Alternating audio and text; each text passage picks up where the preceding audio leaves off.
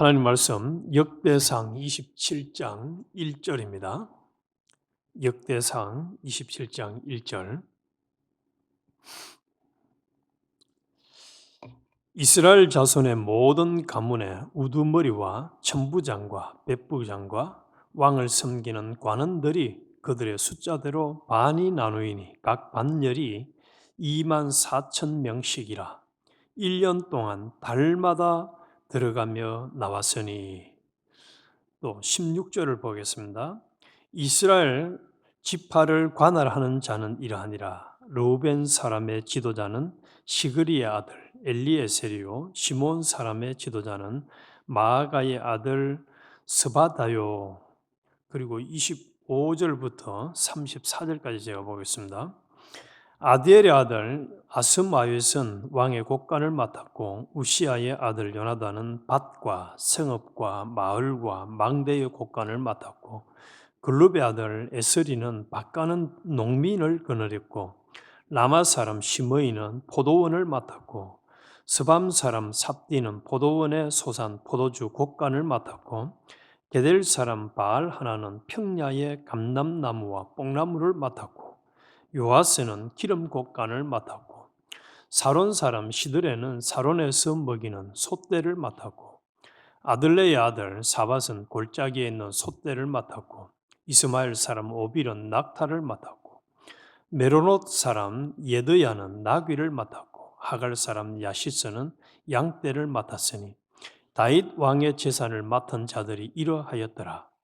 다윗의 숙부 요나단은 지혜가 있어서 모사가 되며 서기관도 되었고, 학모니의 아들 여히엘은 왕자들의 수종자가 되었고, 아히도벨은 왕의 모사가 되었고, 아렉 사람 후세는 왕의 벗이 되었고, 브나야의 아들 여호야다의 아비아달은 아히도벨의 뒤를 이었고, 요압은 왕의 군대 지휘관이 되었더라. 아멘. 오늘 아침에는 일과 영성이라는 주제로 같이 연애를 하겠습니다. 일과 영성. 저의 가장 멘토로 삼는 백영희 목사님은 이런 말씀을 자주 하셨습니다. 한 말씀 순종하는 것이 온 천하를 얻는 것보다 귀하다. 한 말씀 순종하는 것이 온 천하를 얻는 것보다 귀하다.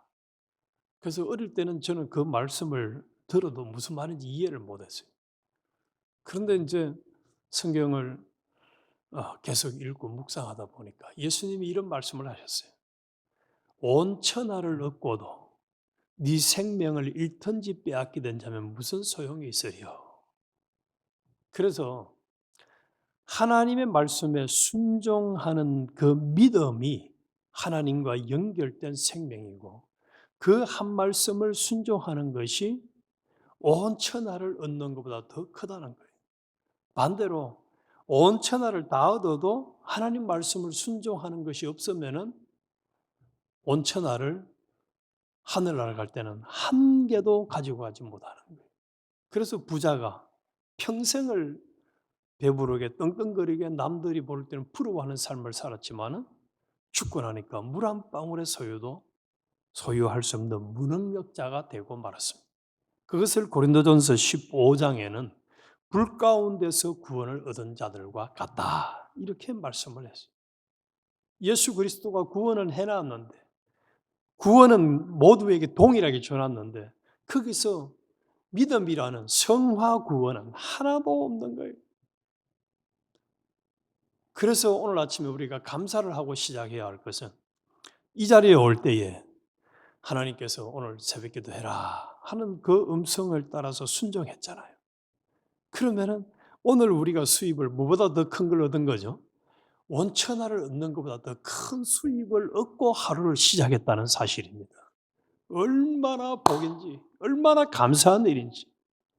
그런데 오늘 주제가 이제 일과 영성인데, 계속해서 요즘 이 역대상을 묵상하면 묵상할수록 이 한국적인 사고, 많은 사람들이 가지고 있는 사고, 교회 안에는 목사가 있고 또 장로, 권사가 있고 이렇게 계급으로 보는 이런 참 문제.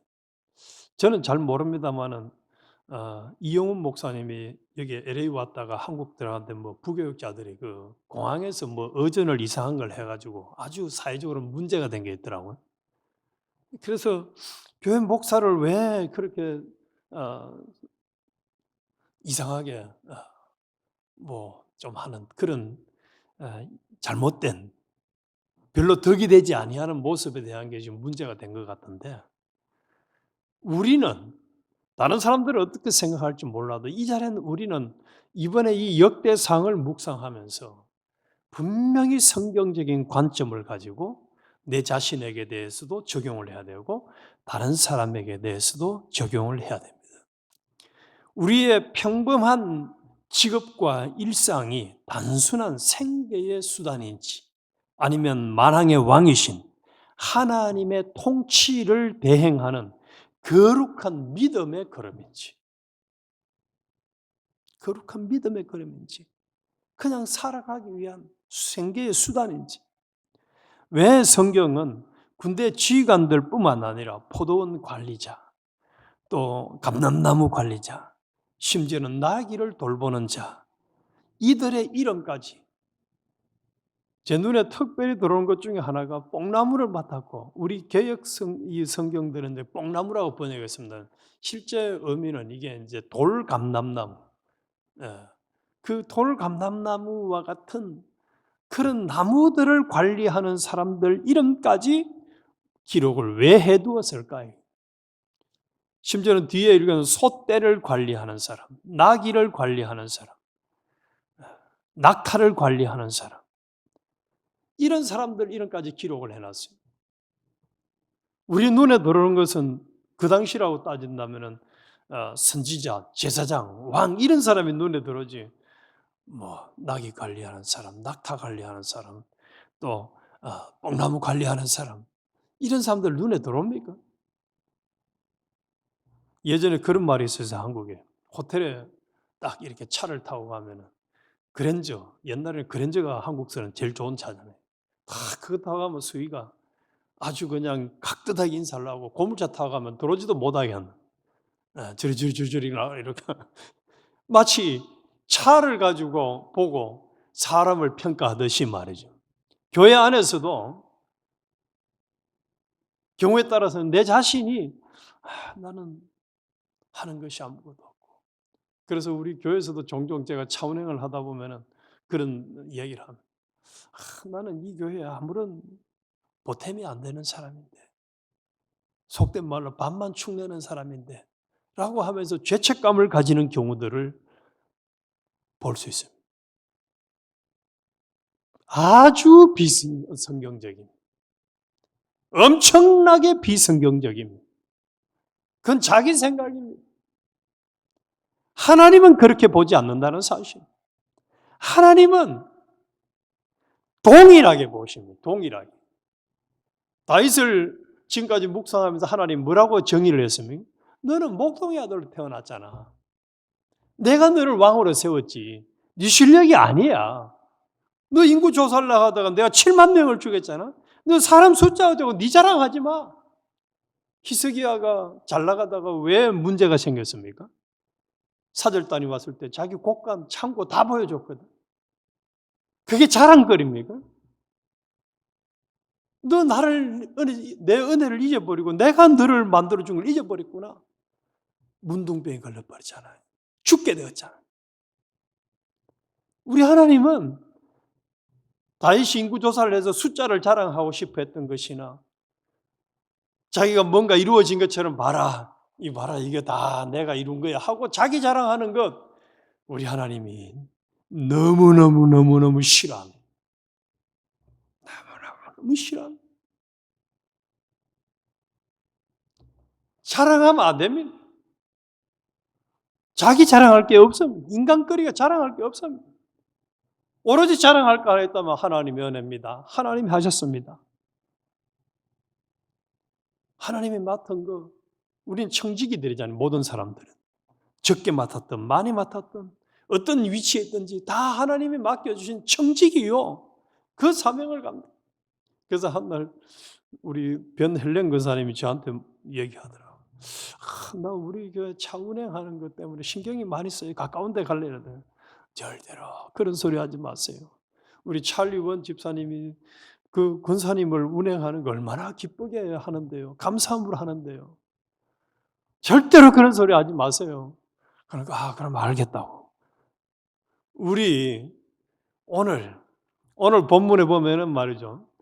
1절부터 15절까지는 이제 2만 4천 명씩 12지파 반열로 나눠가지고 한 달에 한 지파씩 이렇게 왕을 섬기는 그걸 돌아가면서 그래서 1년에 한 달씩 왕을 돕는 사람들이 이제 한 달씩만 돕도록 해요. 2만 4천 명, 2만 4천 명. 그래서 12반열이 돌아가면서 왕을 돕도록 해요. 한 사람이 실력 있는 한 사람이 왕을 딱 돕도록 하지 않고 하나님께서 여기 계속 그래서 똑같은 얘기라서 제가 안 읽었어요. 2만 4천 명이었더라. 2만 4천 명이었더라. 12번을 반복합니다. 왜 그랬을까요? 하나님 나라, 이 왕뿐만 아니라 하나님 나라를 완성하고 사역을 감당하는 데는 실력 있는 한 사람이 딱 맡아가지고 싹 다 하는 게 아니고 하나님께서 맡겨주신 은사를 나누어서 감당하도록 했어요.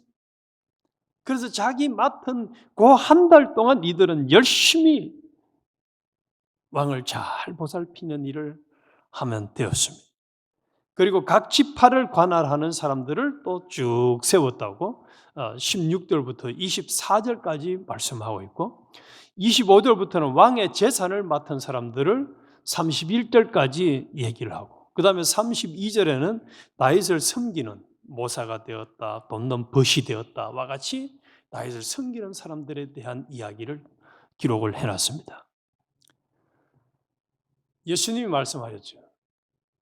하나님 말씀을 다 기록하려고 하면은 바다를 먹물 삼아서 온 천하에 기록해도 다 기록할 수 없는 성경 중에서 이 역대상 27장에 이와 같이 역할을 분배를 해가지고 왕을 돕도록 하고 또 각 지파를 관할하는 사람들, 재산을 관할하는 사람들, 왕을 도와주는 바로 옆에서 도와주는 이 주변 사람들의 이름을 일일이 기록해 놓은 이유가 뭘까요? 한 사람 한 사람은 하나님이 볼 때에는 매우 귀한 사람들이라는 거예요. 아주 귀한 사람들이라는 거예요. 우리 교회 안에서도 한 사람 한 사람을 하나님은 다 귀중하게 보십니다. 몸이 불편하든 건강하든 젊었든 어렸든 전부 다 하나님 보실 때는 예수님을 희생해서 피 흘려 구원한 하나님의 자녀들이요 주님의 신부들이기 때문에 우리 주님이 매우 매우 귀중하게 보십니다. 매우 매우 귀중하게 보세요. 그래서 본인을 자신의 그 정체성, 가치 얼마나 귀한 존재인가. 하나님이 나를 사랑해서 하나님이 우리를 버리지 아니하시고 오늘 아침에 이 새벽 기도를 시작할 수 있도록 은혜 주신 것처럼 우리가 매 순간을 어디에서 살아갈 때든지 하나님 나를 챙겨주신다는 그 사랑의 대상, 챙김의 대상 이것이 되었다는 것이 얼마나 큰 은혜고 축복인지 말이죠. 얼마나 큰 은혜고 축복인지. 모통이들 선교회 이삭 선교사님이 간증하는 얘기를 듣고 제가 너무너무 한편으로는 나는 참 의식에 문제가 있다, 관점에 문제가 있다고 생각했어요. 북한에서 신앙생활 하다가 몇십 명이 이렇게 잡혔는데 그 중에 이제 아들과 엄마가 잡혔어요. 그래가지고 아들을 이제 의자에 앉혀놓고 목을 딱 매가지고 이제 처형을 하는 그 과정에 이제는 목을 다는 거예요. 그리고 이 엄마한테 이제 아들이 엄마를 부른 거예요. 그래서 그 사람들이 엄마가 이제 얘기할 기회를 준 거예요. 근데 그 엄마가 아들한테 죽어가는 아들한테 목매달려서 이제 사형을 당하는 아들한테 너 기쁨으로 가. 천국 가는 길이잖아. 예수님 만나러 가는 길이잖아. 그 말을 한 거예요. 너 천국 가는 길이잖아. 예수님 만나러 가잖아. 아, 얼마나 참 부끄러운지 제 모습. 나는 과연 그런 확신과 그런 믿음을 가지고 내 딸이 처형을 당할 때 말을 과연 할 수 있을까? 당당하게. 그 어머니는 제대로 알았던 것 같아요. 자신의 정체성과 아들의 정체성, 예수님의 그 구원의 은혜로 천국 가는 것에 그 가치와 소망과 기쁨이 얼마나 큰지를 제대로 알아놓으니까 전혀 망설임 없이 당당하게 가. 질질 짜면서 가지 마. 슬픔으로 괴로워함으로 가지 마. 기쁨으로 가. 우리가 오늘 본문에 나오는 다양한 사람들, 한편으로는 일반 사람들 눈에는 눈 밖에 나는 그런 일반 일을 하는 사람들이지만은 하나님이 딱 여기다 기록을 해놓은 이유가 뭐라고요? 하나님은 챙기시는 거예요. 하나님은 기억하시는 거예요. 그래서 이사야 55장에는 내가 너희를 손바닥에 새겼다. 여인은 젖먹는 자식을 잊어도 나는 너를 잊지 않고 손바닥에 새겨놓고 내가 너를 챙긴다라고 말씀하신 대로 이들을 일일이 기억하시고 딱 기록을 해놓으신 거예요. 이 이름 속에 누구도 포함됐을까요? 이 자리에는 우리의 이름도 포함이 되어 있습니다. 우리의 이름도 포함이 되어 있습니다. 예언교회에서 너 지금 신앙생활 하고 있지? 내가 기억하고 있어. 내가 너에게 맡긴 거야. 그 일 내가 너에게 맡긴 거야. 지금 그 얘기하고 있는 거예요. 그래서 우리에게 맡겨주신 사명을 잘 감당해야 돼요. 이 역대상은 지금 왜 기록했다고 했습니까? 계속 반복되는 얘기지만 포로 생활에서 돌아온 이후들에 너가 앞으로 왕국을 잘 은혜롭게 풍성하게 또 형통하게 감당하는 자들이 되어야 된다. 또 내가 그렇게 책임지겠다는 소망의 메시지를 주고 있어요. 그런데 여기에 계란의 노란 자위와 같이 23절과 24절을 보겠습니다. 이스라엘 사람의 20세 이하의 수요는 다윗에 조사하지 아니하였으니 이는 여호와께서 전에 말씀하시기를 이스라엘 사람을 하늘의 별같이 많게 하리라 하셨음이니라. 이것도 소망의 말씀이죠. 너희 자손들을 하늘의 별처럼 많도록 해주겠다. 그런데 24절이 중요합니다. 스루야의 아들 요압이 조사하기를 시작하고 끝내지도 못해서 그 일로 말미암아 진노가 이스라엘에게 임한지라. 그 수요를 다윗 왕의 역대지략에 기록하지 아니하였더라. 인구 조사했던 얘기를 요 한 조항에다가 딱 기록을 해놨어요. 왜 하나님이 이렇게 인구 조사 얘기를 기록을 해놨을까요? 다윗이 지금 쭉 27장까지 와 보니까 어떻습니까? 다윗을 중심으로 해가지고 나라가 제대로 세워져 가고 있습니다.